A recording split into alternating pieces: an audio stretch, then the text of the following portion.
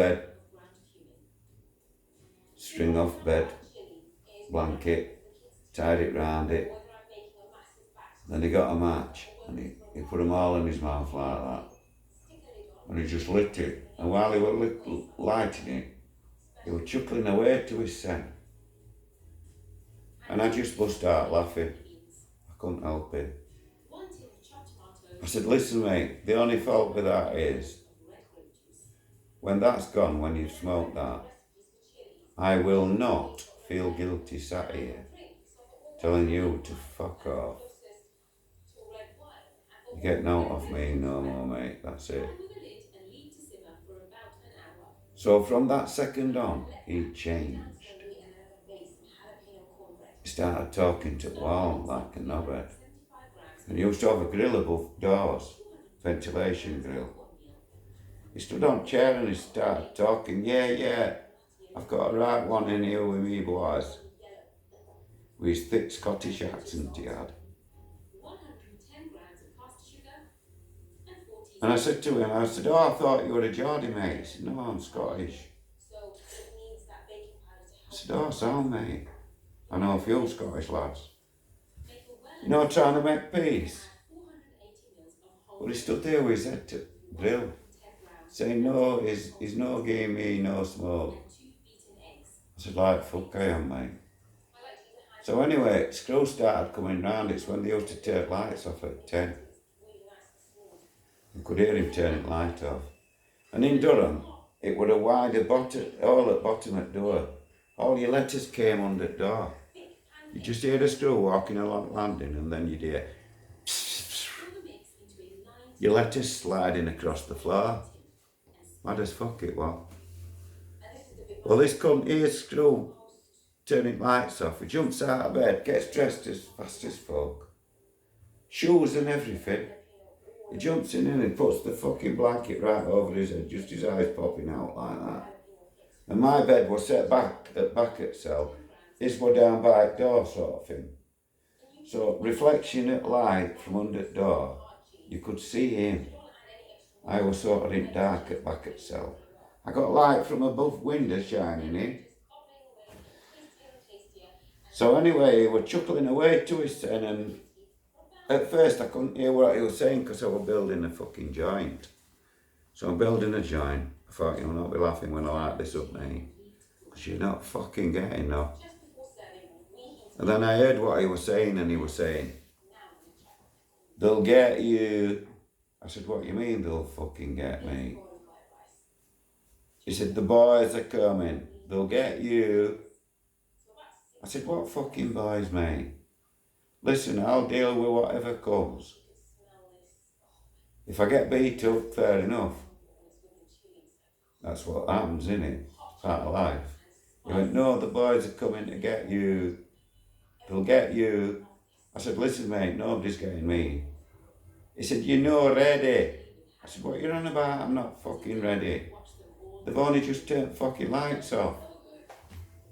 He said, you're not dressed. I said, listen, you fucking muppet. I'm telling you now. You'll get off that fucking bed, and I promise you, I'm fucking tying you to it. And he just chuckled away. So I blanked him. I sort of slept with one eye open. First thing in the morning, I rolled all my kit up. Screw opened us up for a slop out. Other screw was sat on centre bridge taking applications and lot, you know. Like they did, stood there writing them in book and you're gaining your slips and that. I go marching up with my kit under my hand. Straight up to him I said, stood by at steps going down onto fucking tools. I says, block down here, boss. He said, what? I said, block down here, boss, is it? He said, yeah, but where's the officer that's taking you? I said, well, you can take me if you want. So I started walking off down. Well, I got onto the tools, he come flying up. He said, where are you going? You can't just walk off landing like that. I said, I'm going down block. I don't want to argue with you, boss. I don't want to cause any trouble. I don't want to carry on landing. can we just go down the block? I'll tell you what's what down the block if you want. He said, no, just tell me what's what now. We'll sort it out. Are you being bullied? I said, no, I'm a fuck. I said, you've put a fucking nutjack in with me. There is no fucking way I'm going back in that part. He said, what's wrong with him? I said, what do you mean what's wrong with him? You know what's fucking wrong with him. He talks to fucking walls. And it'll be on his record, you muppet. Get me down the fucking block. So next thing I'm twisted up and I screws all over me, dragging me down the fucking block. I thought, brilliant. So I got nicked that morning, I'm in front of governor, I said, like, look boss, it's like this. You'll give me whatever you want for the adjudication, I accept it. I was wrong. I did it. I did do what that officer said I did.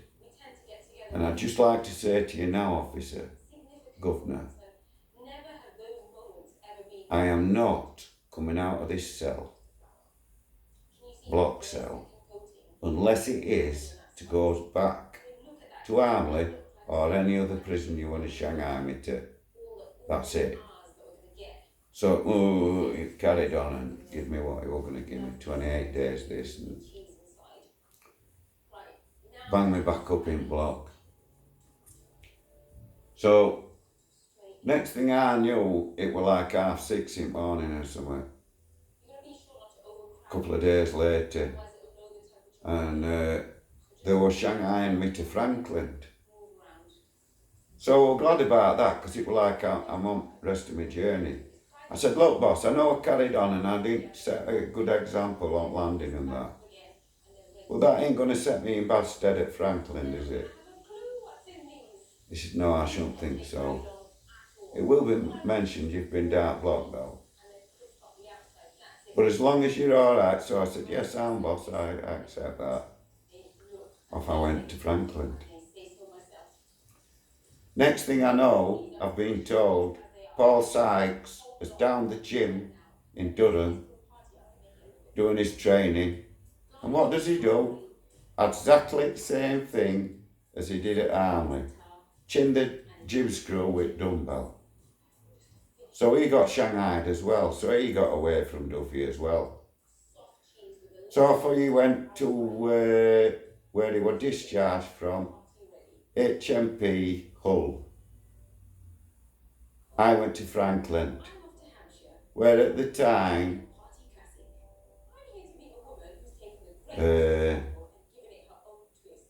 Mars murderers were there. I'm not sure if I actually think it was Rose West as well. Or I'm not sure, that might have been a later sentence, don't quote me on that. This is just like a chat over. All sentences and what, is all jumbled up in my head. Nah, I've told you the tale about the nutjack in Durham. A few years later, I'm out back in Armley. I'm walking in off the exercise yard up onto A-wing. And where the steps go up to A3, I'm in the doorway coming in off the exercise yard. And I see this man walking up the steps and he's got a beard and that. And he's looking at me and he's pointing. And he's going, I know you. And I look at him and I recognise the voice, I recognise the face. And I thought, oh, never. I went, I doubt it, mate. You're Scottish. He went, yeah, I know you. Can you not remember me? I went, no, mate, don't know you. He said, have you ever been to Durham? I went, no, mate, never been to Durham. He said, yeah, I know you. Can you not remember me? I didn't have my beard then. I went, no, mate, no. So off he went, and off I went, to my mate saying, fucking hell, it looked like he did know you. I said, yeah, mate, but he's a fucking nutjack. I blanked him anyway. After that, something happened up on Freeze that's exclusive to only me and Live Free. But anyway, after that incident, I ended up hospital orderly, D1, Army prison. This is getting up towards Christmas, 79. So we had Christmas and then 81 comes. And the Yorkshire Ripper is remanded for psychiatric reports before he goes to get sentenced. Now I've mentioned what happens and everything else about the orderlies, what the orderlies actually did. Now I'll tell you what the screws were supposed to do. When you came down the spiral from end of D wing down onto the ones, as you came out the gate at the bottom, to your left would be the Yorkshire Ripper's cell. That was a double cell and it had a shower in it. And instead of the cell door, it had a cage, a gate. And that's because the screw had to sit in there and play dominoes and things like that with him. So he couldn't risk hanging himself before the trial. Later on, when he were banged up and everything, what they used to do, the staff nurse on the landing had a table, and let me just put this rod right. Oh, that's all right. It's all right.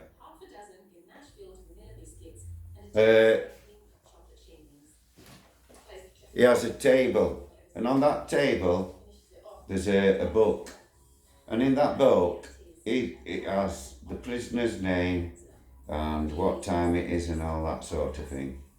And the officer's supposed to go up and observe through the spiral of whatever that prisoner's doing at the time, i.e. Yorkshire Ripper and a few others that were worse than him at the time. Some needed 5 and 6 members of staff to unlock. Well, they'd go and observe him, what he were doing at a particular time, and write it in that book, and then sign it. And then at the end of the week, psychologists would come in and have a look at what his member of staff had wrote, and say, yes, put him on this, put him on that. And then they'd watch him for another week. And the idea of that is, when he's medicated up, if he's not that particular type of schizophrenic that he hears voices in his head telling him to do what he did, then even if he were drugged up, he couldn't mimic it. He'd wake up like a robot and just do it.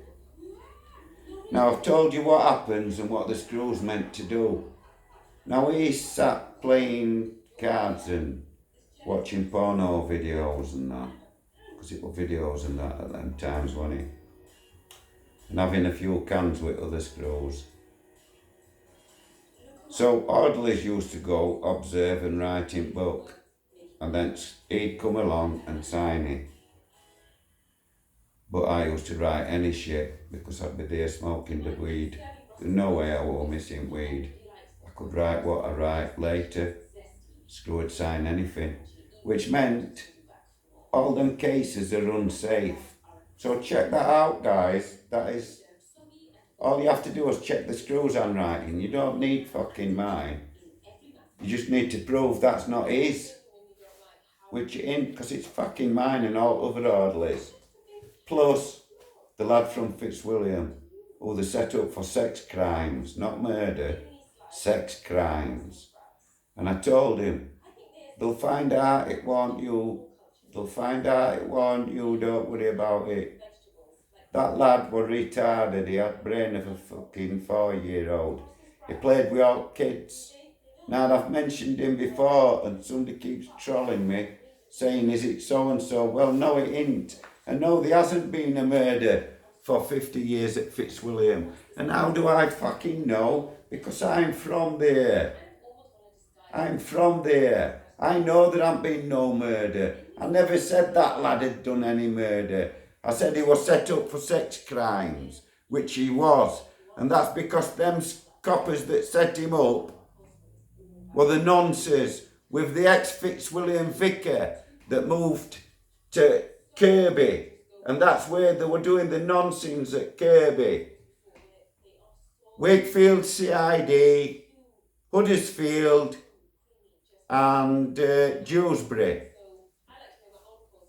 They got let off, made to retire and all that sort of shit. I never said that lad had committed any murders.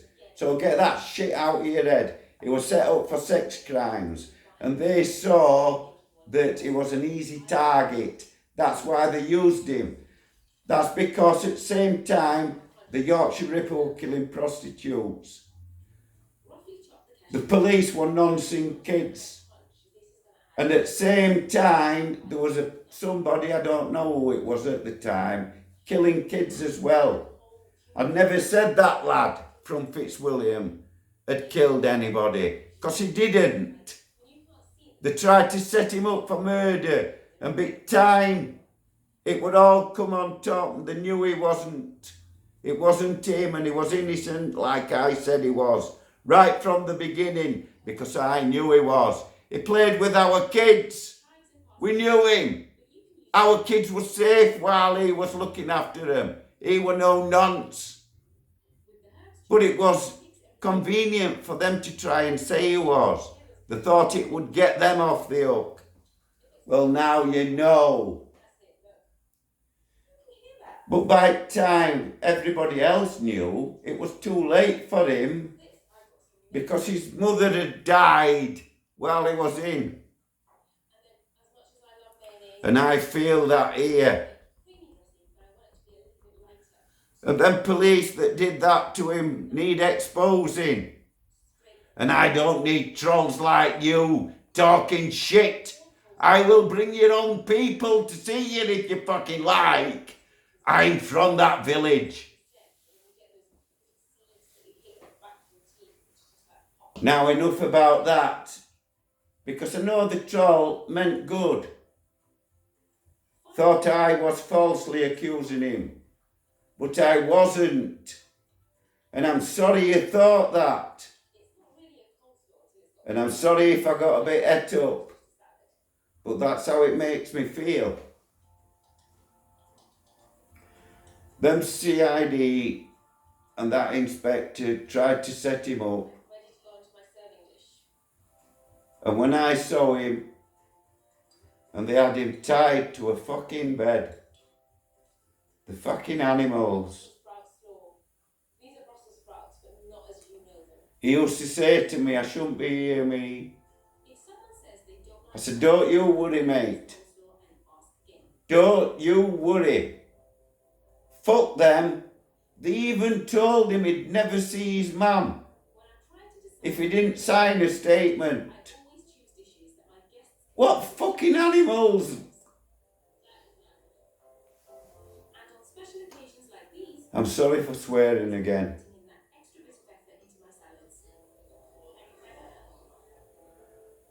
I'm going to change the subject by changing the prison. Preston, 1987.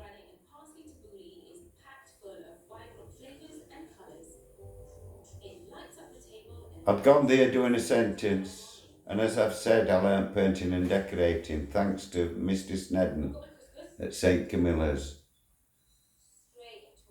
Best goalkeeper I've ever seen. Best sign writer I've had the pleasure to have been taught by. Now, when they found out I was a good painter, an industrial sprayer, the works painter officer, Mr. Brown, came to see me and asked me if I could spray Portafleck, which is the speckled paint that most of Preston was, all the wings were sprayed, including A5. Well, I went on to spray most of the wings in Preston with Mr. Brown. My brother also came there as well. We got away with a lot of things being brothers together because he went in by a different name. So they didn't actually know we were brothers. So I got him, told Mr. Brown he was a painter, and he got him on the works. Well, his boss, what other boss? But he did work with me now and again and Mr. Brown. So it were okay, really. In summer, we got to work outside, did all bars and stuff like that. In winter, we'd do cells on one at Wings. And then we'd do